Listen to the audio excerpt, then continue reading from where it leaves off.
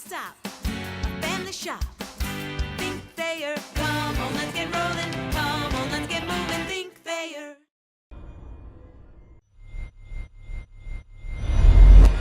All right, Coach, if you would, start us off with an opening thought or two, and then we'll open up for questions.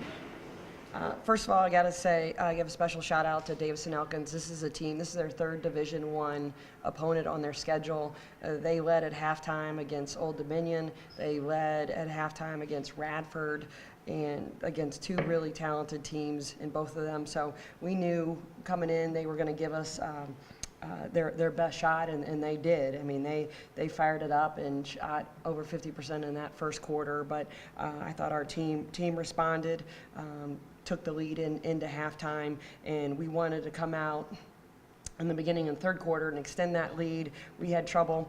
We had a lot of kids had some open shots. Didn't shoot a great percentage for the night. I was kind of disappointed with that, but I really thought at the beginning of the game we got going because of our inside presence, especially with Abby Siefker almost having a double-double at halftime, and she finishes with 17 and 13 respectively. And that's a kid that the last few games we've been trying to get some early touches inside for her and for Ashley Tunstall as well to get us going in order. If we can get going inside, that will help our outside game. But overall, pleased with the effort. Everybody scored. We had 7 different kids hit a 3, out-rebounded them, but finally limited our turnovers, which was what we've really been talking a lot about doing. But this is a talented Davison Elkins team. Really happy with our defense against number 5, Stephanie Wooden. I mean, that's a kid, even though she only had 23 minutes tonight, she's averaging over 22 points, and we knew we really were trying to concentrate on taking her 3-ball away. She averages 19 attempts, only had 8 tonight, but they've got a couple prolific scorers from the arc in Wooden and Turner, and they combined for 2 of 9, so I was really pleased with that. But our kids prepared well. They've earned a day off tomorrow, and now we've got a 2-day prep coming in for University of Virginia. Defensively, especially with the press, how much of that is just pure effort? You said you were pleased with that, but how much does that? We made a handful of mistakes early on, but it's something that we're getting better at. We tweak it every game on our rotations, on what we're doing. But I think Sydney and Carly in particular, having the 2 guards up front, are able to press a lot, and our back row is able to get some easy steals. But we got some good transition points tonight, and I was pleased with that, points off turnovers. But that's something we're going to continue to get better at throughout the season. Can you feel this team starting to get on a roll here, a couple wins in a row? Yeah, this was a tough stretch we were in. I mean, we had 5 games in 13 days, playing Louisville, top 5 team in the nation, and a handful of other strong opponents. So, like I said, we've earned a day off, and schedule doesn't get any easier with some of our upcoming games. But I'm excited that we have a 3-game home stretch so we can get some rest and get back in the classroom. You mentioned the offense a little bit about the inside kind of opening things up for the outside. Will you talk a little bit about that Abby, especially on the offensive boards? I knew she had a height advantage, but she gave you guys so many second, third, and sometimes fourth opportunities to get points early in the game, and it looked like it opened things up. She did. She scored a lot with her back to the basket. She scored off the bounce as well, and I think that helped. But you're right. She got a lot of. Not only did she grab a handful of offensive rebounds, but she got a lot of tips and would tip it out.